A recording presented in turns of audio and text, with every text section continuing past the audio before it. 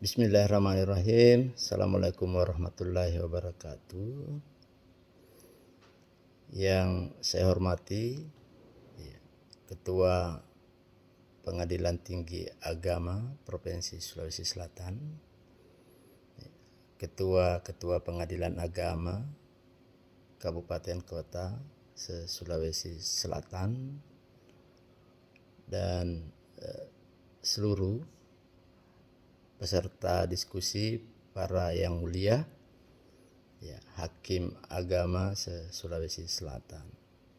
Terima kasih kepada panitia atas kesempatan yang diberikan kepada saya untuk menjelaskan atau berdiskusi. Sebenarnya ini adalah sharing kita terhadap masalah yang muncul, bukan hanya akhir-akhir ini, tetapi ini sudah lama berlangsung, tetapi sampai saat ini kita belum menemukan jalan keluar yang tepat, yaitu berkait dengan bagaimana eksekusi atau bagaimana melaksanakan putusan hadana atau pemeliharaan anak yang sudah berkekuatan hukum yang tetap. Sebenarnya kalau kita lihat bahwa terutama yang berkaitan dengan anak, bahwa tanggung jawab dan kewajiban orang tua sebagaimana yang disampaikan juga oleh panitia dalam pengantar diskusinya, bahwa tanggung jawab orang tua itu mengasuh, memelihara, dan mendidik anak-anak itu sampai anaknya menjadi dewasa dan mampu mandiri. Ini juga tertuang di dalam Undang-Undang Perkawinan pasal 45, bahwa kedua orang tua itu wajib mendidik anak-anak mereka dengan sebaik-baiknya.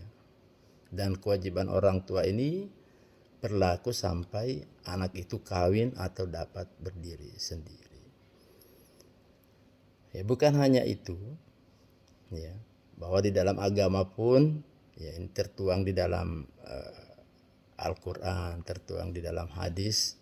Mohon maaf para yang mulia, ibu bapak yang paling tahu tentang ini, dan kita lihat juga di dalam kompilasi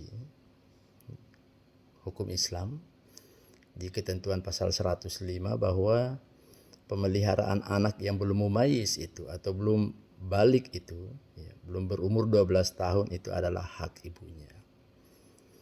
Kemudian pemeliharaan anak yang sudah mumayyiz itu diserahkan untuk memilih antara ayah atau ibunya sebagai pemegang hak memelihara, dan biaya pemeliharaan itu ditanggung oleh ayahnya. Sebenarnya idealnya itu tidak perlu ada. Jika terjadi ketegangan antara orang tua atau ada masalah di antara orang tua, itu cukuplah orang tua. Jangan sampai melibatkan anak-anak kita, karena bercerai itu sendiri sebenarnya itu sudah korban luar biasa buat anak. Apalagi jika orang tuanya mempermasalahkan keberadaan dia. Jadi sekali lagi, idealnya bagi seorang orang tua atau kedua orang tua bercerai atau tidak bercerai, itu adalah kewajiban untuk memelihara anaknya sampai dengan dia dewasa. Tetapi tidak seperti itu yang harapan kita, karena seringkali harapan kita tidak seperti dengan kenyataan yang ada.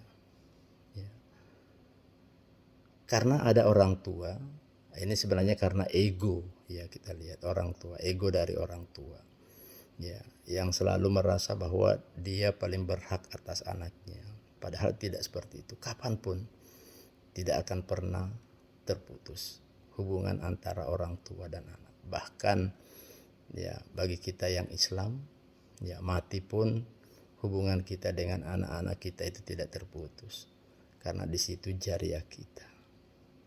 Tapi kembali bahwa anak-anak kita seringkali menjadi korban dari perceraian orang tuanya.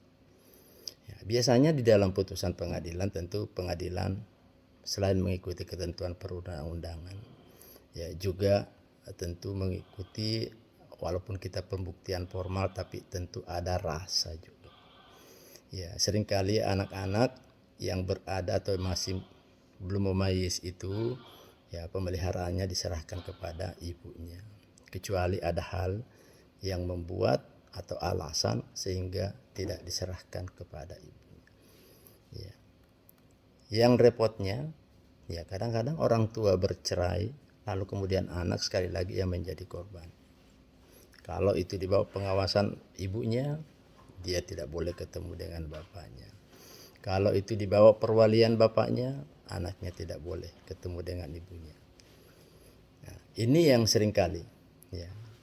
Yang lebih repot lagi, biasanya pengadilan agama sudah memutuskan itu sampai kepada putusan pengadilan yang tertinggi, yaitu di Mahkamah Agung, ya, tetapi masih saja seringkali ada pihak yang tidak mau mengalah, tetap mempertahankan bahwa dirinya lah yang paling berhak atas pemeliharaan anak itu. Nah, persoalannya, ya, untuk mengajukan eksekusi terhadap putusan pengadilan agama itu juga tidak gampang, ya, karena kita tahu eksekusi seringkali membutuhkan biaya yang besar, sementara tidak semua orang mampu untuk melakukan itu. Ya. Di sisi lain, kalau ini tidak dimintakan eksekusi, lalu kemudian pihak yang kalah ini, ya, dan itu melakukan kesalahan dan seterusnya, ya, lalu kemudian dia tetap bertahan, tidak akan menyerahkan anak itu kepada orang tuanya. Inilah yang menjadi pokok permasalahan yang bapak-bapak dan ibu-ibu yang mulia bertemu untuk mempersoalkan, ya, karena seperti juga panitia menetapkan, ya, masalah itu salah satu pihak tidak menaati putusan pengadilan. Ya, misalnya suami atau istri tidak mau menyerahkan anaknya walaupun telah menetapkan putusan atau hak wali itu ada pada istri atau suami. Ya, bahkan ada tindakan yang tidak terpuji, memaksa bahkan menculik anak-anaknya. Ya. Kemudian berikutnya, di sini juga bisa terjadi bahwa ada tindakan kekerasan. Ya, mungkin tidak kekerasan fisik, tapi begitu seorang anak, kita bisa membayangkan bagaimana jiwa anak, ya, jika mereka sangat merindukan ibunya, lalu kemudian orang tuanya, orang yang paling disayanginya itu menghalangi untuk bertemu dengan orang yang dikasihi lain, yaitu ibunya atau bapaknya. Ya. Karena itu kita bisa mengatakan bahwa mereka sesungguhnya telah melakukan kesalahan, mereka telah melakukan kekerasan terhadap anak. Ya, sekali lagi bukan fisik, tetapi ini kekerasan psikologis, dengan tidak memberikan kesempatan untuk bertemu dengan bapak atau ibunya. Yang aneh lagi, ya, yang menyedihkan lagi, mereka sudah ngotot untuk dibawa pengawasannya, tetapi tidak memberikan pemeliharaan yang maksimal atau memadai. Nah, dengan kata lain, mereka ini juga sesungguhnya telah melakukan penelantaran anak.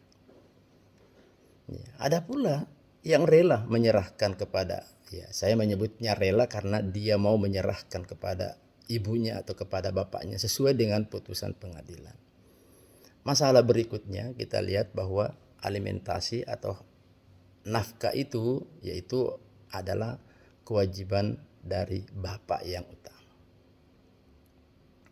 Tetapi seringkali bapaknya melakukan balas dendam dengan tidak memberikan nafkah atau pemenuhan alimentasi, ya, juga terhadap biasanya istrinya. Kalau diputuskan itu harus membayar nafkah atau apa kepada istrinya, itu kadang-kadang tidak dipenuhi kewajiban itu. Lalu bagaimana mengeksekusi?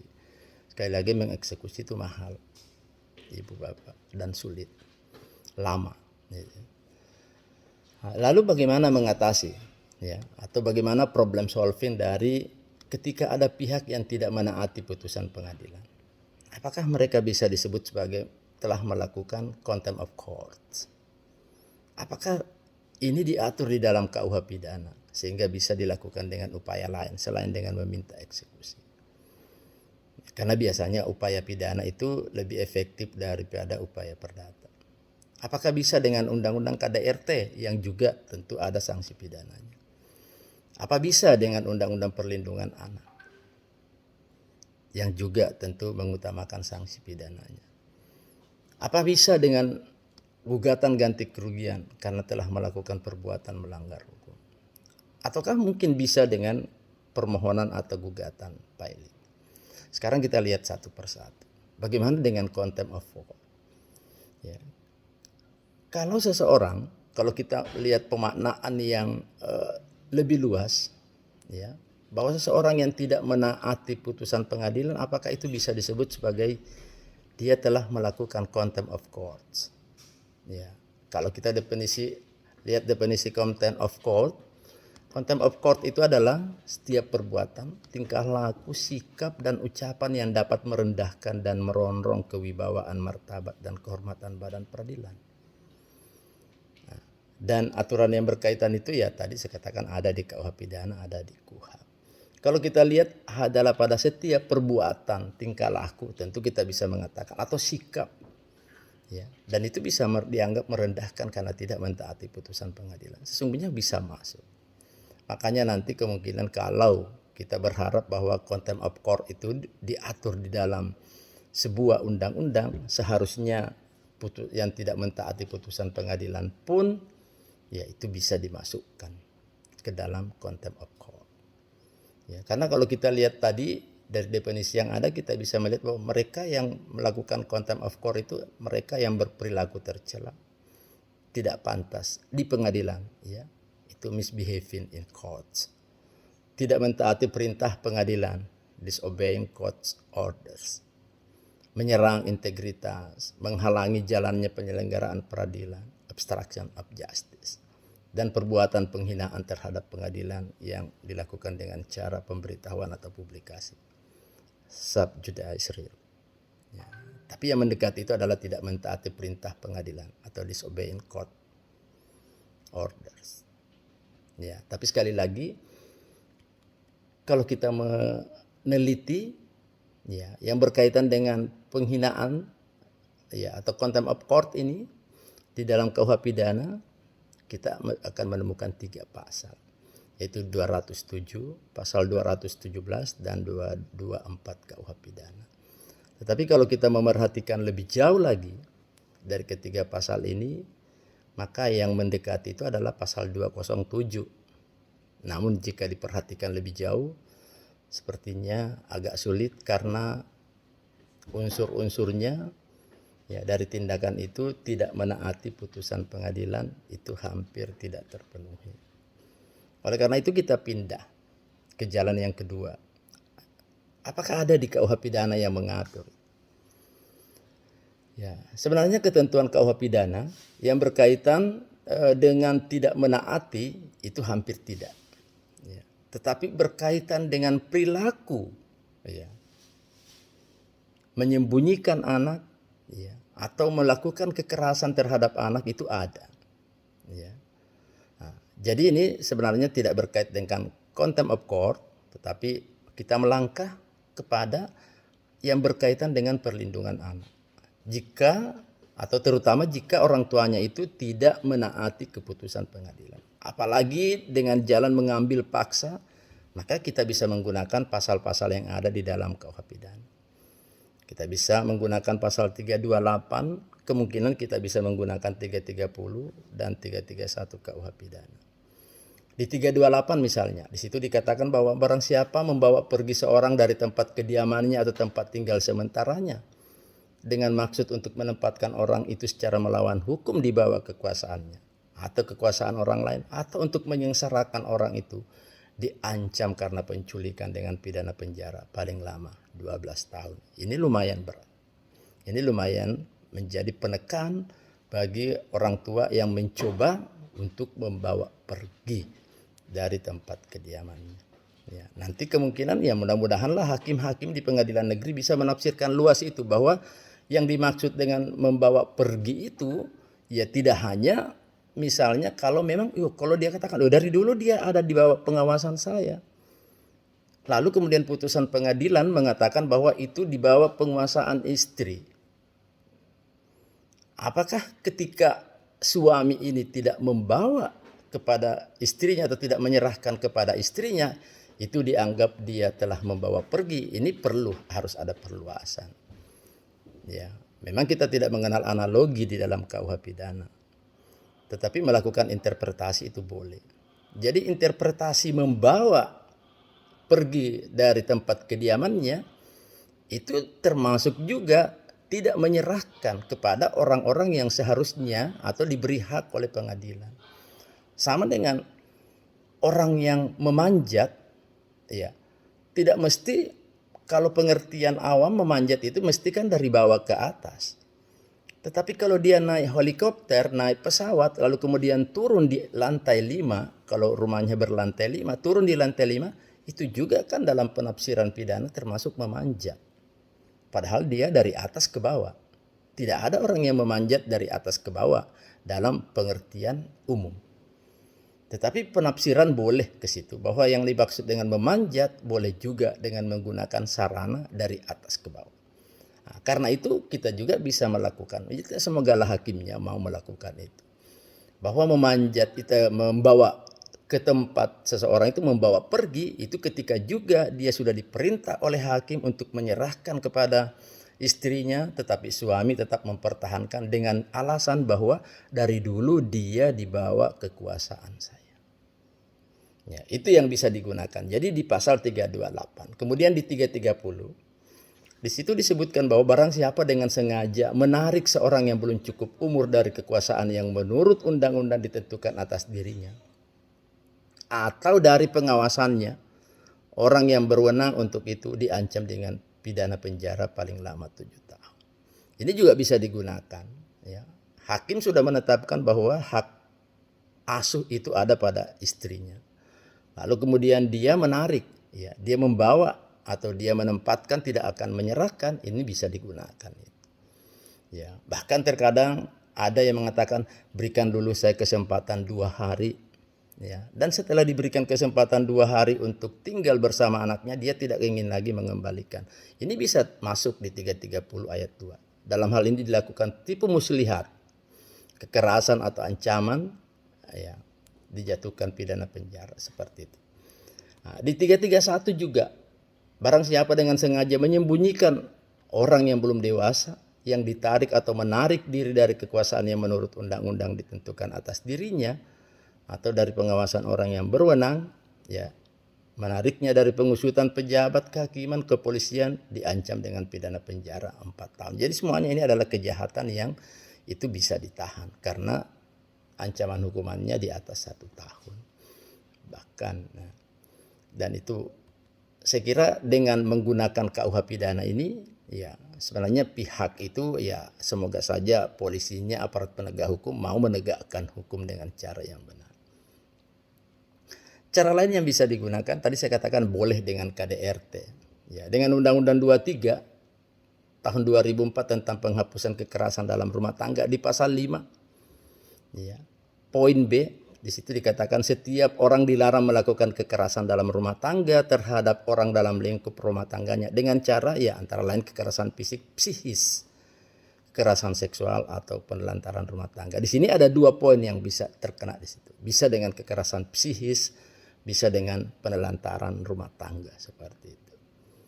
Nah, kemudian di pasal 45 itu tentang ancaman pidananya, bahwa setiap orang yang melakukan kekerasan psikis dalam lingkup rumah tangga, ya, karena saya yakin kalau dia melakukan itu terhadap anaknya pasti itu kekerasan psikis, itu bisa dipidana dengan 3 tahun atau denda 9 juta rupiah.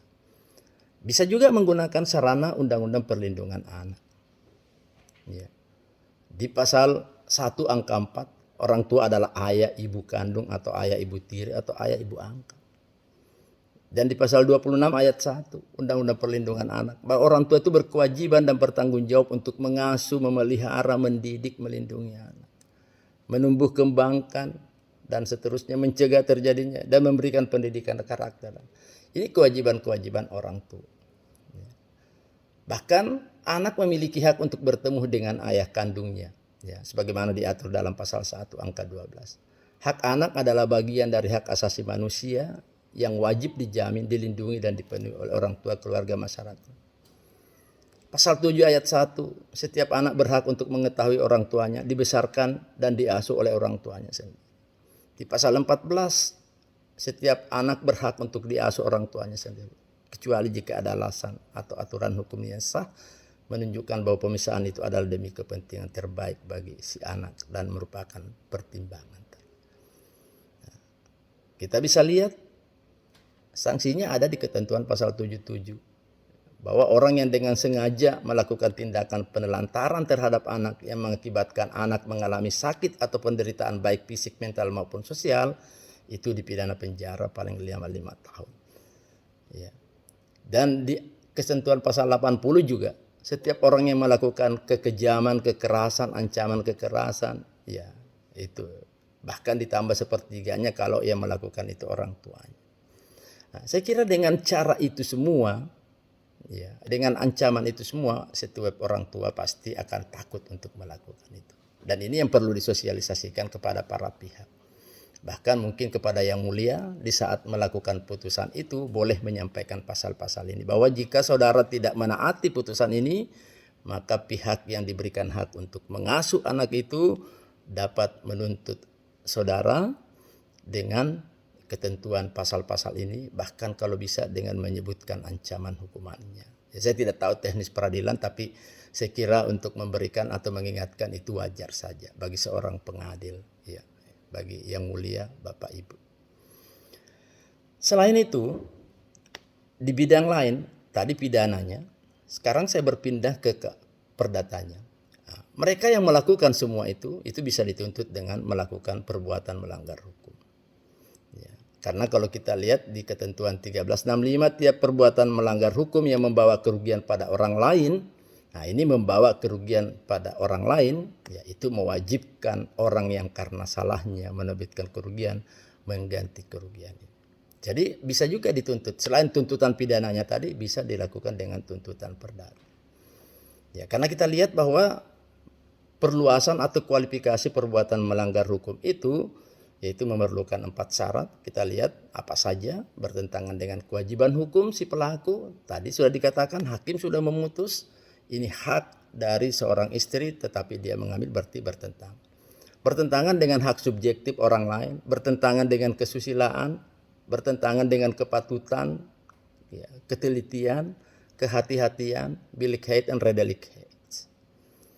Ya, dan itu bisa digugat. Ya, bukan hanya berdasarkan undang-undang, karena nanti ada yang mempersoalkan itu bahwa vonis hakim kan bukan undang-undang, bukan juga perjanjian. Sementara kalau kita melihat ketentuan 1233 bahwa sumber-sumber keterikatan orang untuk melakukan perbuatan melanggar hukum itu hanya undang-undang dan perjanjian. Itu sebenarnya kalau kita membaca lebih jauh pendapat dari Pandune dan Pandenberg, beliau mengatakan bahwa ini rumusan yang dilakukan secara kacau atau sembarang.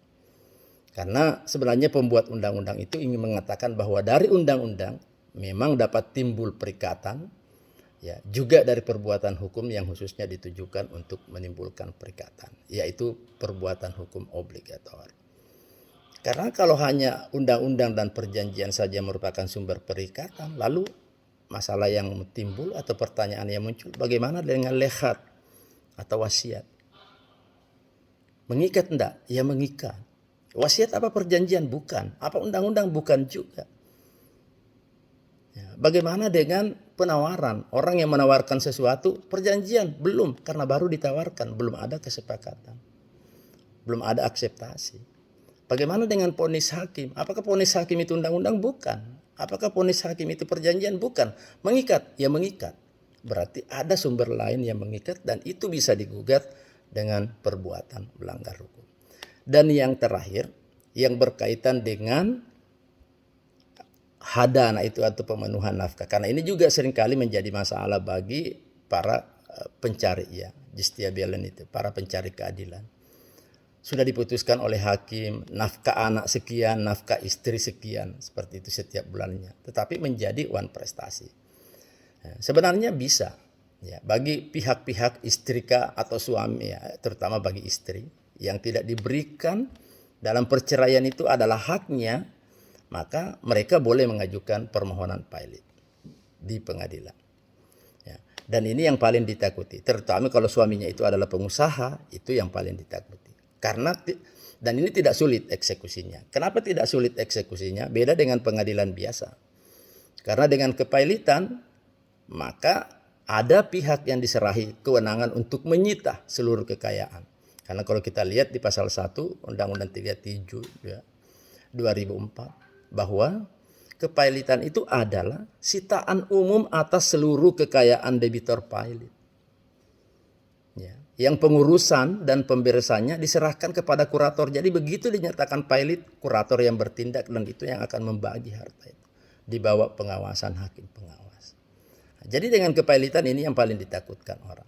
Dan mereka tidak perlu, kita juga tidak perlu repot karena tidak perlu mendatangkan polisi sebagai pengawal untuk melakukan eksekusi. Karena eksekusinya dilakukan oleh kurator karena dia lebih dulu melakukan eksekusi. Sepanjang itu memenuhi syarat.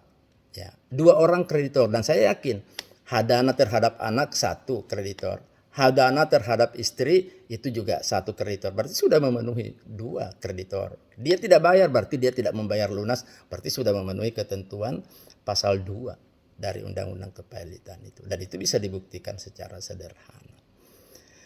Saya kira itu pengantar diskusi saya. Ya, semoga bapak-bapak, ibu-ibu yang mulia bisa melanjutkan ini, ya, dan sebenarnya saya berharap ya ada mungkin kebijakan yang bisa disampaikan kepada Mahkamah Agung yang mungkin bisa ditentukan dalam perma, ya, nanti mungkin akan ditingkatkan menjadi undang-undang bagaimana agar supaya wibawa hakim itu bisa lebih ditingkatkan, terutama di dalam menjamin putusan-putusannya itu dilaksanakan oleh pihak-pihak yang dijatuhi hukuman. Demikian yang saya sampaikan. Terima kasih atas kesempatannya sekali lagi. Mohon maaf jika ada kesalahan dan kekurangan. Ini hanya pendapat pribadi saya. Semoga ada manfaatnya. Selamat berdiskusi. Wassalamualaikum warahmatullahi wabarakatuh.